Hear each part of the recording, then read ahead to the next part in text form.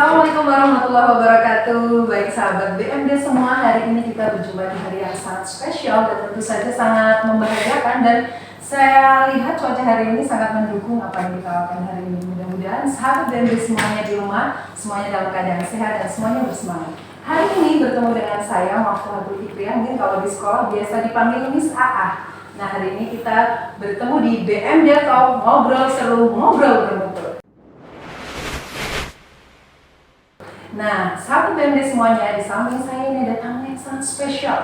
Pasti sahabat BMD sudah penasaran nih. Dari tadi di samping saya udah senyum-senyum terus karena pengen dikenalin. Karena memang ada pepatah yang bilang tak kenal maka tak sayang. Kalau begitu saya mau perkenalkan dulu, tapi saya simpan dulu nih namanya. Beliau adalah seorang psikolog ya. Beliau riwayat pendidikannya adalah S1 Fakultas Psikologi UGM, profesi psikologi UGM, kemudian pekerjaan saat ini beliau adalah psikologis klinis, kemudian spesialis anak remaja, parenting dan keluarga. Nah, sahabat BMD semuanya, apa sih hobinya beliau ini? Nah, hobinya beliau adalah suka berkebun, suka traveling, suka musik, seperti saya ini, suka musik. Sama kalau saya cuma musiknya nyanyi-nyanyi di kamar mandi. Itu mungkin beda dengan Mas yang di samping saya ini. Dan yang menarik, ternyata juga suka bebersih dan membetulkan barang yang rusak. Terus saya tadi langsung kepikiran, berarti kalau nanti di rumah saya ada yang rusak, yang lihat kotor-kotor bisa dibawa ya. Oke. Nah, mungkin langsung saja karena beliaunya juga sudah sabar banget nih, langsung saja kita berkenalan dengan Mas Faiz Hayaza. Beri tepuk tangan Mas Faiz Hayaza ya. Ini bagian maunya dipanggil Mas, Kang, Kakak, atau apa ya? Iya, terima kasih. Dipanggilnya apa tadi Mas? Kalau di Jogja biasanya saya dipanggil Mas. Oh, dipanggil Mas. Berarti supaya lebih muda ya? Supaya terlalu kelihatan muda. Biar seumuran sama saya kan berarti? Oh, baik. Nah, hari ini kita akan berbicara tentang game Mas Faiz. Ya. Nah, berbicara tentang game, apalagi dalam situasi pandemi seperti sekarang ini, sesuatu yang tidak bisa terlepas dari kehidupan kita. Nah, Mas Faiz, ada fakta yang mau saya bacakan dulu ya. Dilansir dari The Jakarta Post menyebutkan bahwa pada awal pandemi dalam platform bernama Steam, ada sekitar lebih dari 24 juta orang mengakses dan bermain game. Di sisi lain, dari Verizon Communication Inc. Network, gamers meningkat sampai 75% selama jam kerja. Nah, Mas Faiz sebagai seorang psikolog, bagaimana Mas Faiz memandang hal ini? Baik, terima kasih.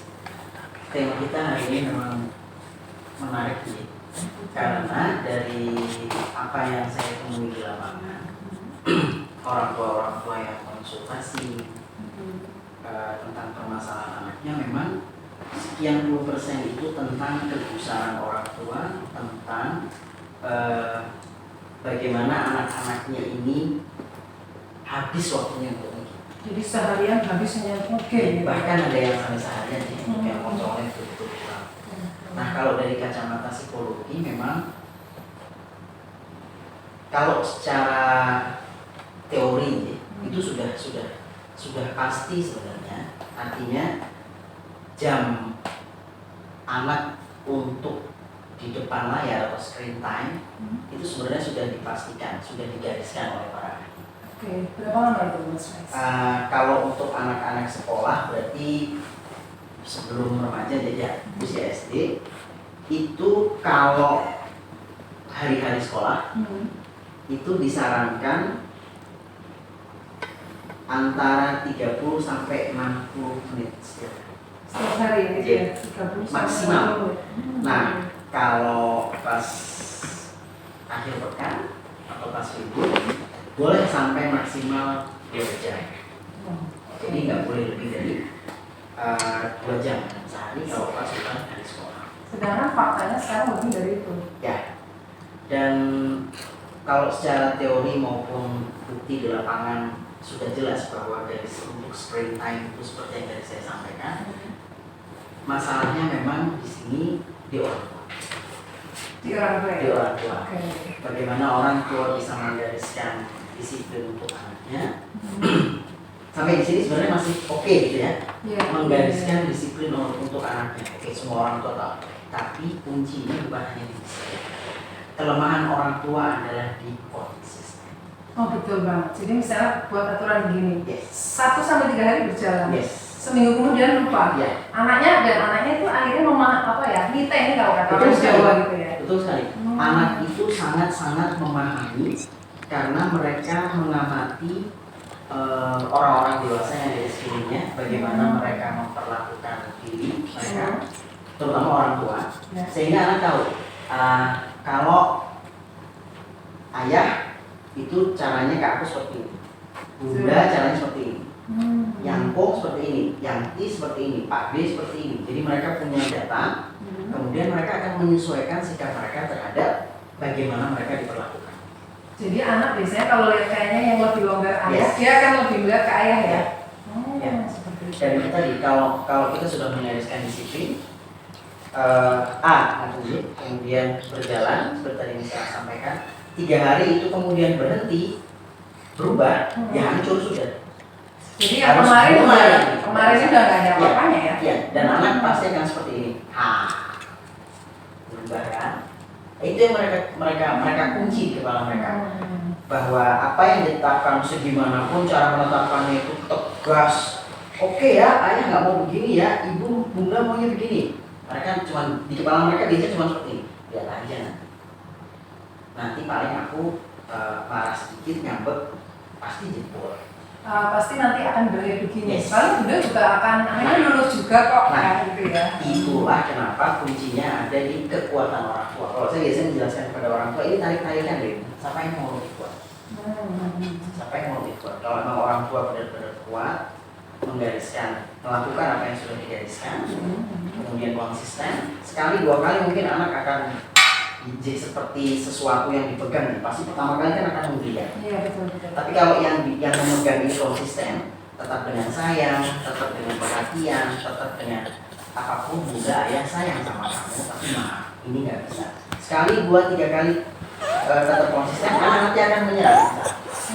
Oke, berarti aku memang tidak bisa mengawal untuk hal seperti itu. Nah, Kalau tinggal kuat-kuatan itu tadi ya.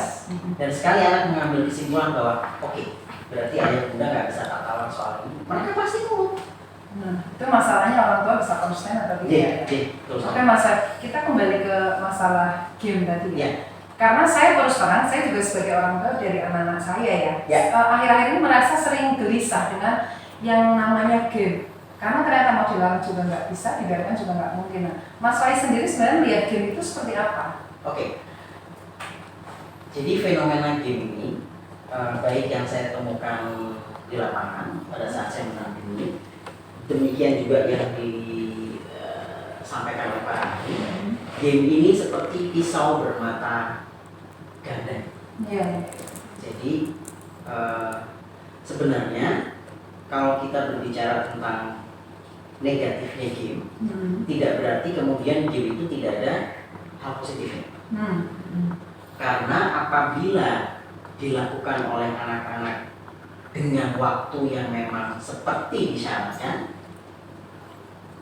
positifnya ada. Ada. Bukan banyak berarti. Kalau mau kita bilang banyak, intinya gini, kita tidak bisa bandingkan antara si negatif sama positif ini. Tidak bisa. Positifnya itu harus diakui, anak-anak yang bermain game itu biasanya anak-anak yang kreatif. Tentunya ngelihat melihat jenis gamenya. Memang ya, ada game-game yang hanya sekedar melakukan sesuatu, tapi ada juga game yang sudah masuk ke taktik, perencanaan dan sebagainya.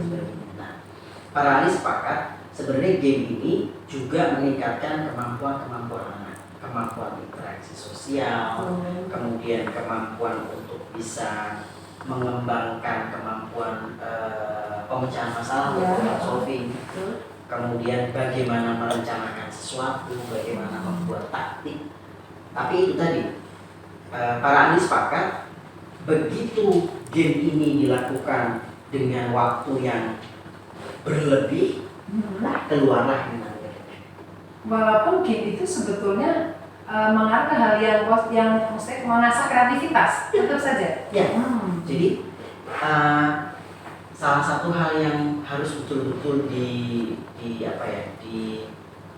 disadari oleh orang tua. Ini yang saya sampaikan sebenarnya klise. Pasti orang tua sudah pernah mendengar bahwa game ini bisa mengarah kepada kecanduan. Kecanduan. Jadi, tapi meskipun orang tua tahu, dalam kenyataannya banyak sekali para orang tua yang nggak ngerti gitu maksudnya apa ya. Udah ngerti kemungkinan akan menjadi kecanduan anaknya, tapi dalam pelaksanaannya keseharian mungkin sudah mendapatkan informasi bahwa seharusnya memang dibatasi, tapi tidak dibatasi. Dan nanti kalau ketemu dengan ahli nanya, saya harus ngapain ya Mas Faiz? Jadi dalam keseharian di mana mereka bisa melakukan sesuatu, beliau-beliau ini bisa melakukan sesuatu, mereka cenderung untuk tidak melakukan sesuatu. Karena kalau Mas Faiz sendiri melihat lebih karena malas atau karena dulu kan juga sibuk dengan pekerjaan rutinitas atau seperti apa? Campur. Tapi kebanyakan muara dari alasan orang tua untuk tidak mengambil tindakan itu muaranya itu biasanya waktu. Waktu ya.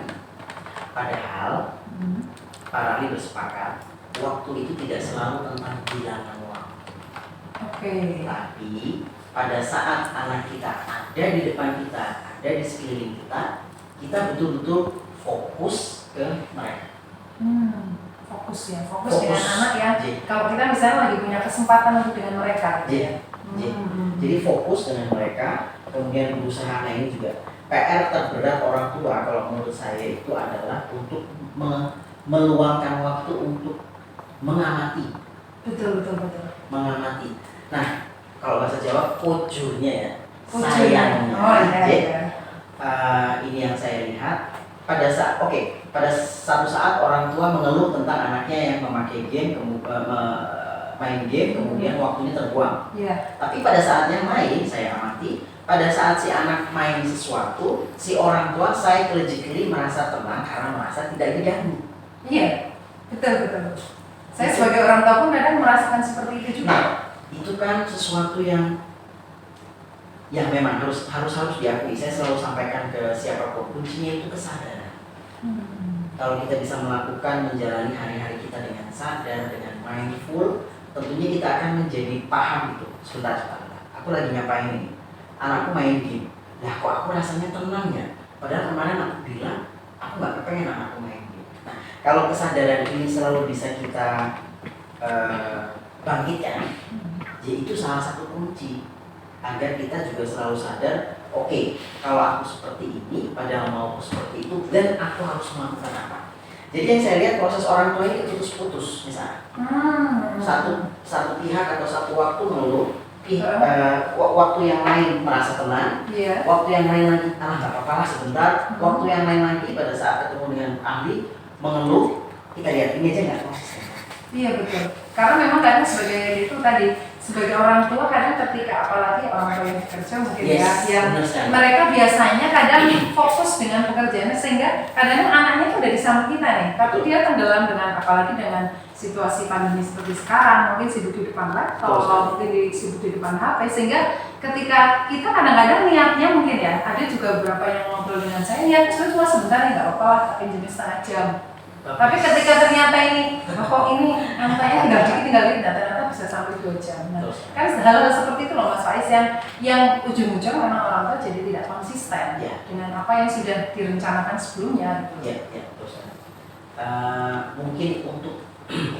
Mungkin ya, saya berharap dengan yang kita obrolkan pagi ini, saya akan sampaikan efek negatif dari game.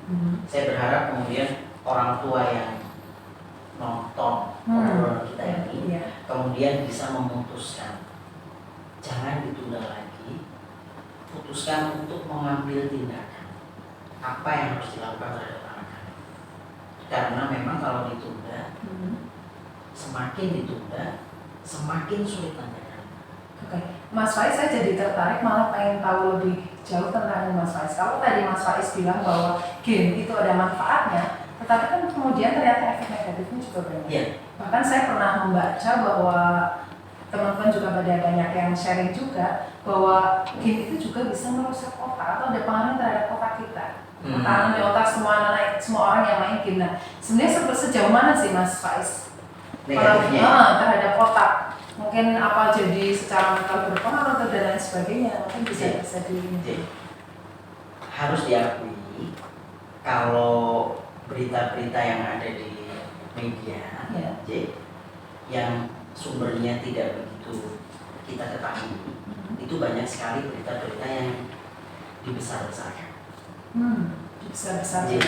Karena memang kita harus akui, mohon maaf, salah satu tujuan pemberitaan kan membuat orang tertarik untuk membaca. Tapi tidak semua pemberitaan tentang efek negatif game itu benar. Artinya memang dalam tanda itu ada yang lebay gitu ya? Ya. Oke, saya sampaikan J. Hal pertama yang sekarang menjadi perhatian para ahli, tadi sempat saya singgung sedikit tentang kemungkinan anak menjadi adiksi. Itu hampir seperti fenomenanya hampir seperti adiksi terhadap obat-obatan. Jadi kenapa kok seseorang bisa mengalami adiksi terhadap zat tertentu? Karena pada saat zat tertentu ini dikonsumsi, otak mengalami rasa nikmat yang memang tidak ditemukan oleh orang tersebut dari hal yang lain. Itulah kenapa sulit sekali untuk bisa digantikan dengan kegiatan atau hal yang lain. Karena kenikmatan ini sudah diangkat luar biasa. Jadi pada saat anak tersebut dia sedang asik dengan gamenya, dia merasakan kenikmatan yang luar biasa ya. Jadi yang barusan saya terangkan yang tentang zat tertentu, narkoba atau obat, itu terjadinya fenomenanya bisa dianalogikan dengan game.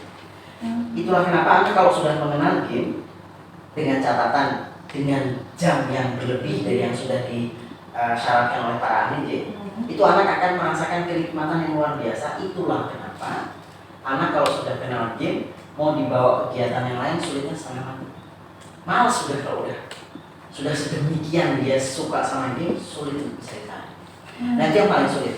Nah, hal-hal yang lain yang negatif adalah jelas karena fokusnya tentang game yang menyenangkan, membuat nikmat, dan harus diakui banyak sekali orang tua yang tidak mampu atau tidak mau meluangkan waktu untuk menarik anak ke kegiatan yang lebih positif. Akhirnya anak menjadi motivasinya berkurang terhadap hal-hal yang lain. Jadi pokoknya, karena saya juga pernah mengalami ada anak yang gitu, dia sedang asik main game, ketika dia yuk pergi kemana jalan-jalan, enggak, aku main game aja. Nah, itu sudah kategori kecanduan. Nah, nanti ada kategori kecanduannya seperti apa ya? Jadi itu tadi kesan nikmat, kemudian berkurangnya motivasi, kemudian kalau anak sudah terlalu ini derajatnya berbeda-beda pada setiap anak, jadi tidak selalu seperti ini. Kalau sudah sedemikian fokusnya terhadap main game, nanti indikasinya bisa ke makan ditunda, mandi ditunda, dan semua hal lain ya. Kemudian yang lainnya juga jelas hubungan sosial. Oke lah, banyak anak yang mengatakan bahwa aku tuh main game itu main sama temanku. Tapi pada saat anak main game berhubungan dengan teman-temannya yang ada di dalam game online, hubungannya dengan orang-orang yang dekat itu pasti berkurang. Iya betul. Dan seringkali ini mabar, cuma mabar kan gak akrab sama teman-teman. Ada yang seperti itu juga. Itu orang tua tidak boleh menyerah dan harus tetap menarik anak untuk bisa kalau bahasa Jawanya serawu, harus betul-betul ngobrol dengan teman siapa yang ada di lingkungannya. Indikasi untuk seperti ini sudah sering sekali saya lihat. Anak-anak sekarang ini kalau komunikasinya jelek sekali. Kalimatnya pendek-pendek. Tidak mampu menjalin komunikasi dengan kalimat yang lengkap. Nah, itu pun sudah pernah saya lakukan observasi. Karena dalam game itu kalimat-kalimat yang dibutuhkan, yang ditunggu oleh sesama pemain game, itu bukan kalimat yang lengkap. Kalimat-kalimat yang betul-betul hanya satu kata. Karena kalau kalimat lengkap, ketinggalan mereka. Komunikasi harus terjalin pada saat taktik melakukan game nanti. Itu komunikasinya betul-betul harus pendek-pendek sekali. Nah, akhirnya anak menjadi terbiasa seperti itu.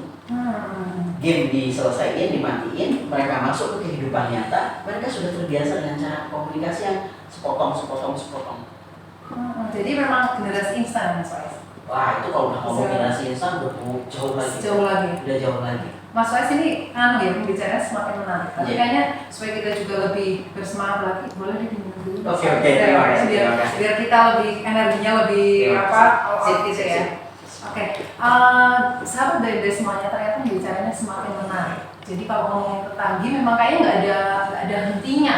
Dan tadi Mas Faiz itu sudah mengeluarkan banyak hal ya, dan tentu saja mudah-mudahan sampai detik ini memberikan hal yang positif juga ya. Artinya nanti mudah-mudahan ketika para orang tua menyimak ini memberikan output yang sangat bagus buat mereka. Nah mungkin masih lanjut tadi Mas terkait dengan pengaruh game terhadap otak anak itu. Jadi sebelum lupa ya, saya sampaikan ini sering kali ditanyakan oleh orang tua, apa Mas Faiz tanda-tandanya anak sudah mulai adiksi, sudah mulai luar biasa hubungannya dengan game sehingga sulit untuk ditarik. Tanda-tandanya itu anak kelihatan kurang mampu atau tidak mampu berpikir hal lain selain game. Coba nanti kalau misalkan dia lagi game gitu ya, caranya cek apa, dia lagi game, kamu lagi mikir apa? Spontan pasti dia akan memikirkan dari kepalanya, dan kalau ini betul-betul so into game ini, dia akan jawab, aku nungguin kapan boleh pegang. Padahal di tengah orang banyak begini, tapi yang ada di pikirannya itu kapan. Terus yang selanjutnya bisa dilihat, kalau pas lagi nggak boleh nge-game, moodnya hancur,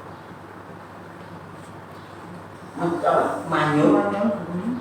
Mau diajakin ngomong apapun emosi terus, maunya marah terus. Ini tanda bahwa itu yang tadi saya sampaikan itu. Rasa nikmat itu dia udah nggak bisa dapatkan dari mana-mana. Banyak game, kayak obatnya kayak itu. Ya.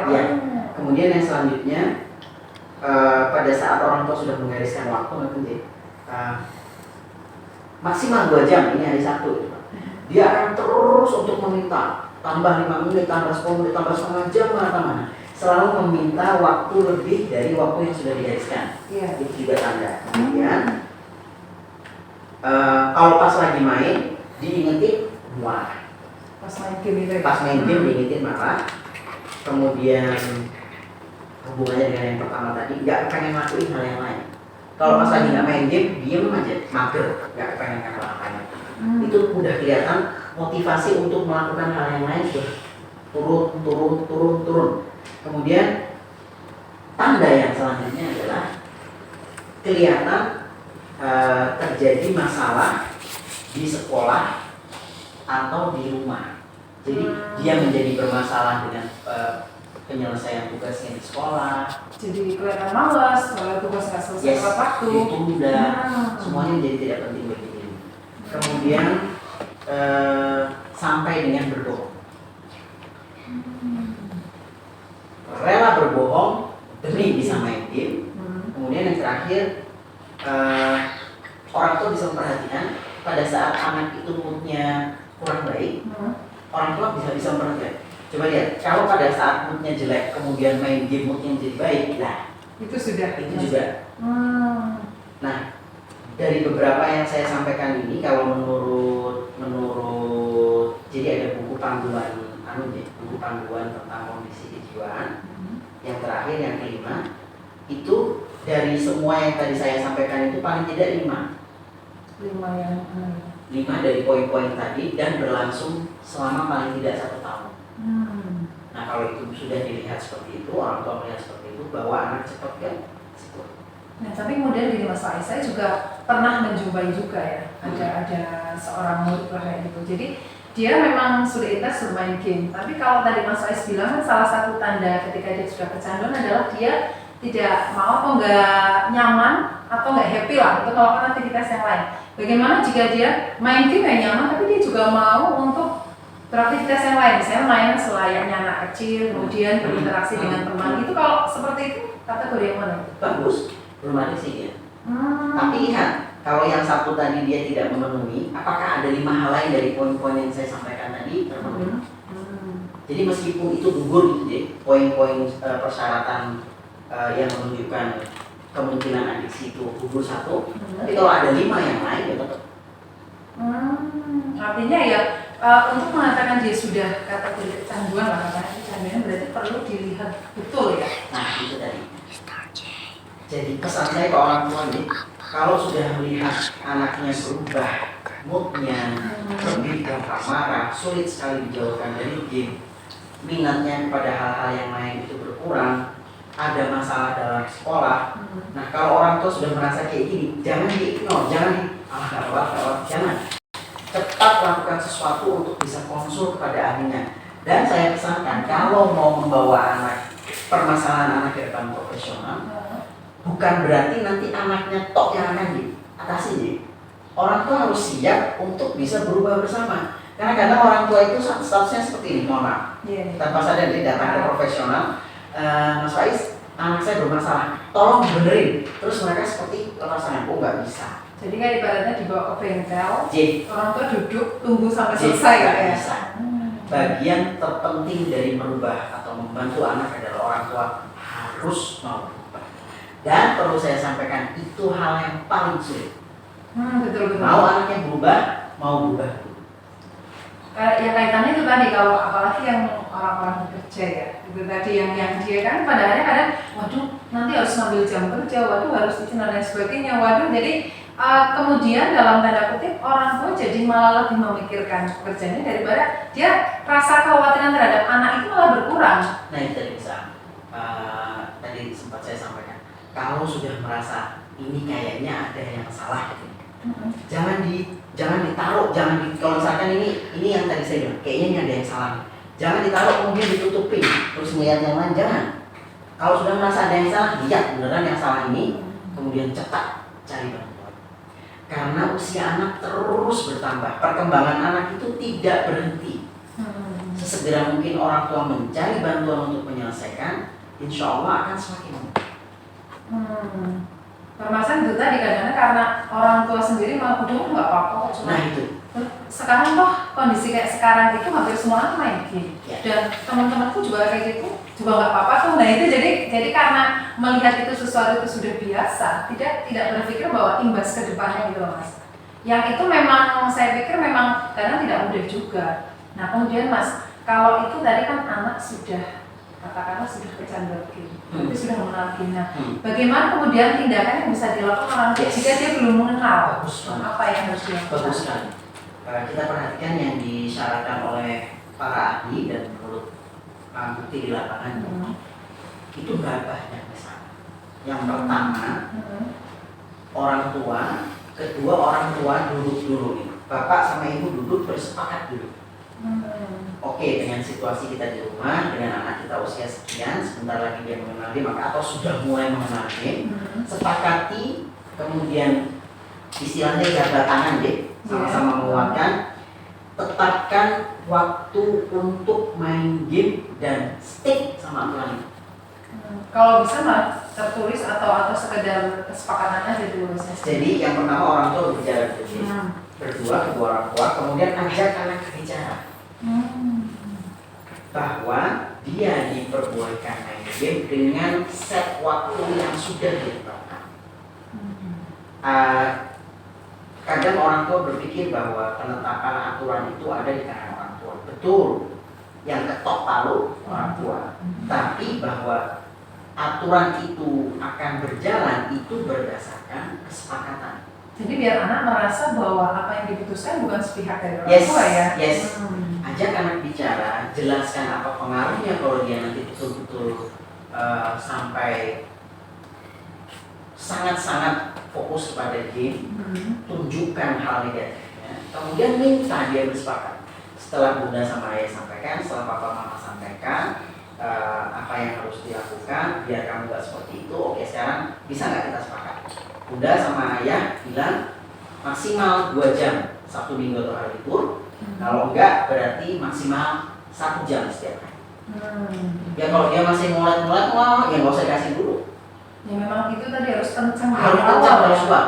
Bapak Ibu saya pesankan nih, pada saat menjalin kesepakatan dengan anak, dealing dengan anak, kemudian anak mulai sulit atau nangis, bukan nangis, ngabekkah, marahkah, ingat yang Bapak Ibu bentuk adalah karakter dan kebiasaan anak ini untuk masa depannya. Jika Bapak Ibu tidak melakukan ini, segimanapun sulitnya Bapak Ibu melakukan ini, nanti kehidupannya akan melakukan itu pada anak. Pilih bapak ibu yang melakukan dengan cara penuh kasih sayang memaksa dengan ketegasan dan disiplin, atau menunggu dunia atau kehidupan nanti akan memaksa anak bapak ibu, putra putri bapak ibu untuk bisa berlaku dengan lebih baik. Kayaknya jauh banget ya, tapi Iya. sesungguhnya itu akan sangat berhubungan dengan kehidupan bersama. Karena kadang saya juga mengamati deh Mas Faiz. Jadi bahkan saya juga kadang-kadang sharing-sharing juga ya dengan maksudnya karena itu tadi saya juga menjalani peran sebagai orang tua juga ya ngobrol dengan teman-teman. Kadang-kadang kan kita yang nggak kuat adalah ketika kita bilangin anak itu kemudian ngambek. Karena ada tipe-tipe anak yang ketika dibilang akhirnya ngambek, dan sepertinya itu sudah dijadikan senjata orang itu. Sehingga orang tua pasti kalau ngambek nanti dibolehin nih. Nah, karena kan ada tipe kalau yang kebetulan biasanya dia ngomongin ke ibu ya. Kalau ibunya yang lebih longgar berarti kayak ibu. Jadi, nanti gini bunda gini. Nah, akhirnya kan si orang tua lulus juga tuh.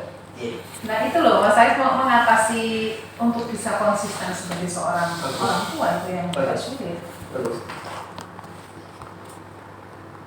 Jadi menjadi orang tua itu tidak perhatikan kalimat saya. Menjadi orang tua tidak selalu harus disukai oleh anak. Anak gak suka juga gak kenapa-napa. Yang penting pada saat menggariskan sesuatu yang tidak disukai oleh anak, cinta tanpa syarat kepada anak tetap kita tunjukkan. Jadi tidak kemudian berubah, kalau kamu nggak nurut, aku nggak sayang. Tidak, sayang tetap, perhatian tetap, tapi when it comes to tidak, tetap tidak. Jadi ingat, kadang-kadang orang tua itu merasa berkeberatan, merasa ini bawah sadar deh, jangan sampai anakku nanti nggak suka sama aku. Apalagi harus saya sampaikan, jika ini terjadi pada orang tua yang memiliki permasalahan yang belum selesai dari masa lalunya. Permasalahan yang belum selesai. Ya, menarik ini. Ya, ada permasalahan yang belum selesai dari masa lalunya, atau ada permasalahan antara si orang tua ini dengan pasangannya. Kalau istri ke suami, suami ke istri. Sehingga kadang-kadang seperti ini. Misalkan pada satu kasus ya, seorang ibu sangat-sangat permisif kepada anaknya. Setelah digali, setelah dilihat ternyata si ibu ini merasa suami kurang perhatian kepada dirinya, suami mencari kesenangan di luar, kemudian si ibu merasa all I have itu anak-anakku, kemudian menjadi lebih permisif terhadap anak. Jadi Bapak Ibu, hati-hati. Memang apa yang kita kenakan kepada anak-anak kita itu tidak akan lepas dari apa yang kita sanggah dari tangannya. Itulah kenapa kalau saya mau berbicara lebih jauh lagi deh, sebagai orang tua memang masalah pribadi, PR pribadi sebaiknya diselesaikan. Oke, berarti kalau ngomongin tentang ada masalah yang belum selesai. Nah, kemudian ketika sebagai orang tua nih Mas Faiz, kan barangkali orang tua itu juga tidak memahami ada permasalahan, artinya apa ya? Karena tidak semua orang tua memahami fase-fase dalam masalahnya dia. Nah, tahapannya yang harus dilakukan seperti apa? Kalau mungkin Mas Faiz sebagai seorang psikolog memahami itu ya, tapi sebagai orang tua yang kan notabene hanya tahunya ya masalah sekarang. Bagus sekali.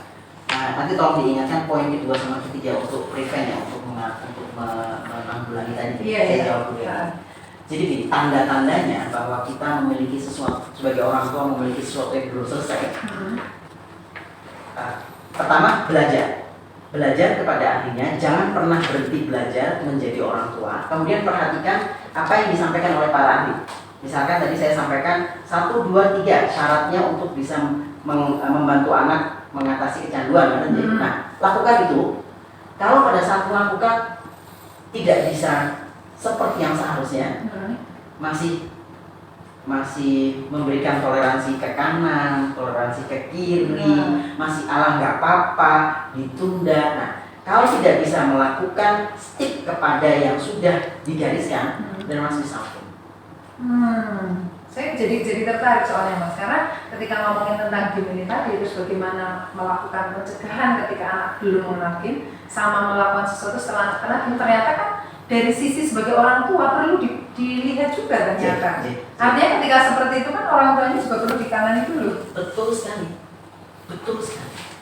Jadi manakala orang tua mulai melihat sinyal-sinyal indikasi anaknya bermasalah terhadap games, dengan sadar bersiaplah untuk juga membenahi. Jadi pikirannya bukan hanya ting, wah aku harus bawa ke psikolog anak ini, bukan hanya gitu. Tapi anakku bermasalah, aku belum bisa mengatasi, berarti ada yang harus aku benahi dari diri.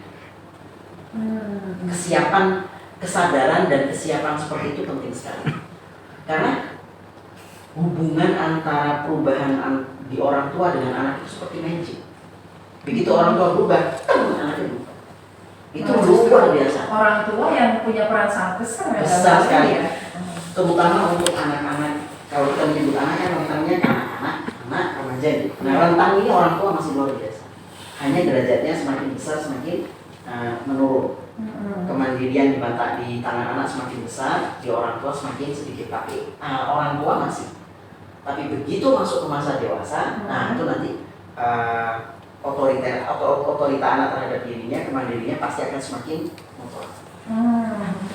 Ya betul banget, itu beberapa penting sekali tentang orang tua. Poin yang kedua ya. Iya, tentang tadi. Gimana caranya? Yang pertama, set waktu untuk gaming, sepakati dengan pasangan, kemudian ajak anak bicara, minta menyepakati, boleh dengan perjanjian, tanda tangan, konsekuensi boleh, bukan hukuman ya, konsekuensi. Sebaiknya tercatat itu mas, kalau kayak gitu. Bagus tercatat. Jadi anak benar-benar lihat, anak benar-benar tanda tangan, sehingga pada saat nanti orang tua memperingatkan, itu statusnya muatan emosi tidak sama dengan awal. Jadi kan tinggal mengingatkan aja, kemarin kita sepakat, gak usah pakai. Tapi kita nggak selalu harus strict juga ya, maksudnya kita dengan gaya yang santai juga. Masalah kadang-kadang itu pun saya alami juga. Karena orang tua kalau udah lihat, wah tuh anak kok main game terus, saya itu udah tanduknya keluar semua. Nah itu kan yang jadi akhirnya masalah ya. Betul bisa. Jadi sebenarnya kalau kita sudah mencanangkan garis aturan disiplin, anak sudah menyepakati, harus dipastikan pada saat kita mengingatkan itu gak usah dengan emosi full seperti di awal. Karena anak sudah tahu, kita tinggal mengingatkan, tidak mau jalankan konsekuensi. Santai saja. Karena kalau kita semakin kencang dengan apa yang kita gariskan, anak nanti secara psikologis berpikir bahwa sadar ya, bahwa ini urusannya bapak, itu bukan urusanku. Jadi tetapkan garis, ini urusanmu, ini tanggung jawabmu, ini masa depanmu. Bunda ngingetin, mama ngingetin, kamu mau sukses, sudah tahu kesepakatan, ayo dilakuin. Nggak lakuin aja konsisten. Untuk apa, konsekuensinya seperti apa. Bagus itu tadi soal emosi. Iya. Jadi itu memang termasuk buat orang tua di rumah, semua orang tua lah ya, bahwa memang harus banyak hal ternyata yang harus dibenahi. Karena ternyata itu tadi bahwa bermain game itu bukan salahnya anak, mereka tersebut ternyata tidak konsistenan. Yes. Tadi sudah tentang yang preventif, mungkin bisa digarisbawahi lagi mas, yang kalau dia sudah terlanjur kecanduan game, sebaiknya yang dilakukan oleh orang tua mungkin bisa diambil lagi. Saya ulangi yang preventif tadi, set time. Kemudian yang kedua itu sepakati juga di rumah, dan ini harus dilakukan juga oleh orang tua. Ini dipegangnya kapan dan tidak bolehnya kapan. Dan orang tua juga harus punya hal yang sama. Juga sama. Kalau sampai orang tua harus ngomong sama anak, papa ini ada kerjaan dan ini harus. Selesai, taruh. Kemudian yang ketiga, ini bukan hal yang mudah, tapi ini kunci yang luar biasa. Agendakan, rencanakan dengan anak-anak untuk melakukan aktivitas yang bergerak, yang di luar, yang tidak memegang HP. Sulit mas Faiz, yes, tapi ini bisa dilakukan. Kalau orang tua kuat niat, benar-benar mau ngelakuin ini, itu nanti anak pasti akan ikut. Dan anak itu tidak bisa melakukan itu sendiri. Saya ketemu dengan klien saya, anak dia sama juga, dia suka sekali main game. Nah, kemudian pertanyaan dia seperti ini saya, lah aku harus ngapain mas Faiz? Anak itu harus dituntun misalnya, harus diajak, bukannya kayak gini, kamu itu loh bawa keluar sana. Keluar ngapain? Soalnya kadang memang gitu, saya pun pernah mengalami gitu dia. Bu ayah keluar pada main sementara orang dia sibuk ya. Sebenarnya akhirnya itu urusan pekerjaan. Cuman sikap yang tidak bijak itu akhirnya membuat anak, kadang-kadang anak kan bingung, aku terus mau ngapain, Itu loh. mau ini, mau itu gitu loh. Itu. Dan sekali lagi, sulit ya. Tapi kalau orang tuh betul-betul mau ngelakuin ini, berniat, belajar, ada caranya. Rencanakan. Oke, duduk sama anak. Jadwalmu sehari apa? Setelah itu kamu ngelakuin apa? Di antara waktu-waktu ini, ayo kita ngelakuin sesuatu. Keluar, meskipun istilahnya cuman itik-itikan nggak jelas, nggak masalah. Tapi letakkan ini, fasilitasi anak, temani anak untuk beraktivitas. Gak bisa kita mengharapkan anak untuk ayo tuh keluar sana toh. Ini orang tuanya asik main HP, sebentar bener lagi balas ini. Kadang-kadang kayak gitu juga ya. Anak juga harus dikasih ide. Orang tua belajar kegiatan apa sih dalam masa pandemi ini yang bisa dilakukan oleh anak dan orang tua. Belajarlah, carilah informasi, kemudian buat itu menjadi sebuah rencana bersama dengan anak. Sekali lagi sulit, ya, tapi banyak yang bisa melakukan. Berarti kalau anak sudah terlanjur tadi kecanduan game tadi ya, hal ini efektif untuk dilakukan juga ya? Yes, Mereka betul ya. sekali.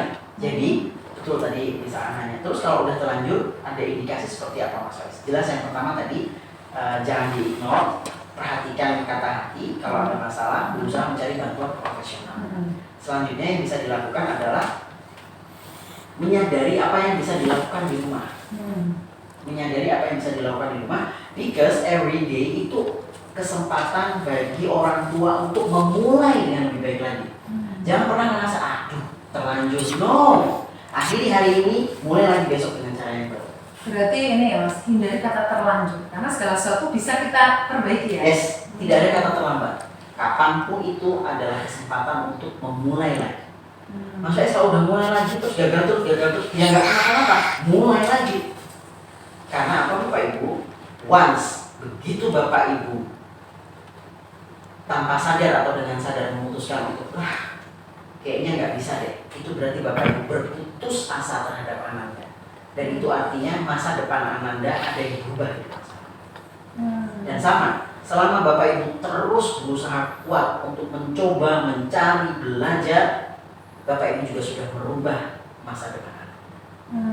Artinya tetap kembalinya pada orang tua ya Mas, bahwa Yes. sebagai tips sebagai orang tua adalah di masa kayak sekarang memang Yes. harus hal itu yang dilakukan ya. Betul. Konsisten itu tadi, terus kemudian tadi mau meluangkan waktu, karena ternyata juga dari saya banyak ngobrol-ngobrol juga ya dengan teman-teman yang seusia saya, terus kemudian yang di atas saya juga ketika punya anak, kadang-kadang problemnya mereka itu asik dengan pekerjaan, sehingga kayak mereka berpikir gini loh Mas, yaudah nggak di rumah saja nggak apa-apa, mereka itu juga, aku juga di rumah, padahal ternyata kebutuhannya bukan cuma itu ya. Betul sekali. Saya tambahkan sedikit ya, dalam masa pandemi ini, kenapa orang tua harus betul-betul cepat memutuskan untuk bertindak dengan cara apapun. Kebosanan anak-anak di rumah itu sudah mendekati titik yang luar biasa sampai mereka nggak ngerti mesti ngapain. Bosan yang luar biasa, dan semakin mereka bosan, dan bosan itu berarti mereka tidak memiliki aktivitas yang membuat mereka senang, kemungkinan mereka lari ke game akan semakin besar. Oke. Berarti kan memang itu tahapan-tahapan itu yang harus dilakukan sebagai orang tua ya. Yes. Baik Mas Faiz, ternyata ini sangat menarik sekali ya Iya, dari iya. yang kita bahas dari awal sampai akhir. Sahabat BMD gimana ya? Pasti saya yakin semuanya sangat antusias dengan materi yang kita bicarakan di hari ini, dan mudah-mudahan ini memang semuanya bisa kita lakukan dan Amin, amin, amin. Sahabat BMD, mungkin kita sejenak akan rehat dulu. Kita nanti akan bahas kembali. Oke sahabat BMD, kembali lagi di BMD Talk, ngobrol seru, ngobrol bermutu bersama saya Nisa, dan di sini masih ada Mas Faiz ya. Mas Faiz masih semangat ya? Nah, kalau ini yang di sebelah saya memang selalu semangat, dan saya pun jadi ikutan bersemangat. Nah Mas Faiz tadi yang kita obrolin nih dari game, terus kemudian ternyata efek game itu luar biasa terhadap anak, dan ternyata game itu bukan hanya berhenti di anak, tapi ternyata muaranya di orang tua.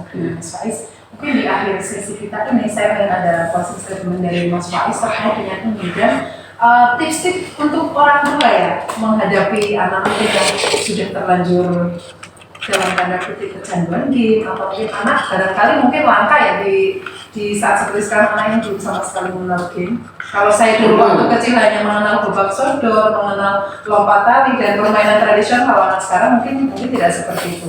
Nah mungkin langsung saja silakan Mas Faiz. Baik. Oke. Kalau kita berbicara tentang anak dan permasalahan, tidak sekali dua kali kesimpulan saya tadi kita waktu beberapa kali saya ucapkan.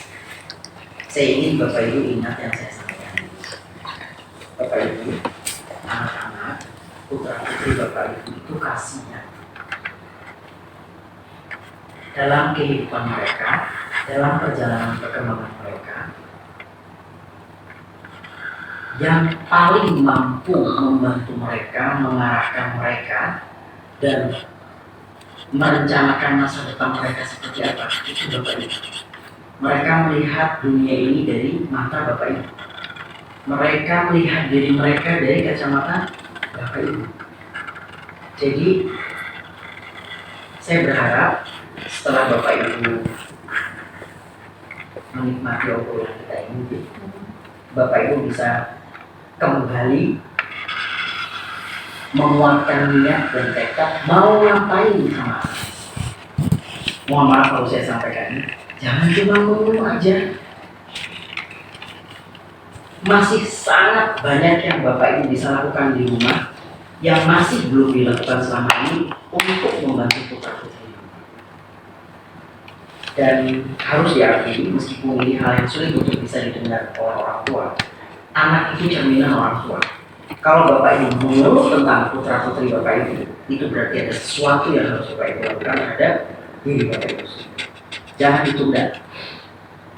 Dan yang terakhir, kalau kita berbicara soal game, tadi saya sudah sampaikan di awal, kenapa anak-anak suka main game? Itu karena game menciptakan rasa enak di kepala anak-anak. Hubungannya dengan dopamin nih, Nah, berarti kalau kita mengambil garis yang paling simpel, kalau game bisa menciptakan, membantu anak memiliki rasa senang seperti itu, pertanyaannya, dan mohon dijawab sendiri-sendiri, apakah Bapak Ibu mau mulai untuk bisa mencari cara agar putra putri Bapak Ibu bisa merasa senang bersama Bapak Ibu?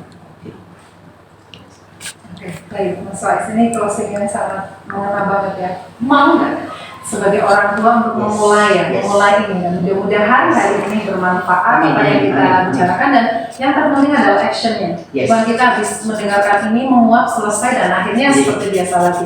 Mari sebagai Bapak Ibu semuanya, sahabat BMD semuanya, mari kita mudah-mudahan apa yang kita bicarakan hari ini bisa bermanfaat untuk kita semuanya, dan yang jelas ayo action, ayo kita lakukan apa yang bisa kita lakukan untuk anak-anak kita.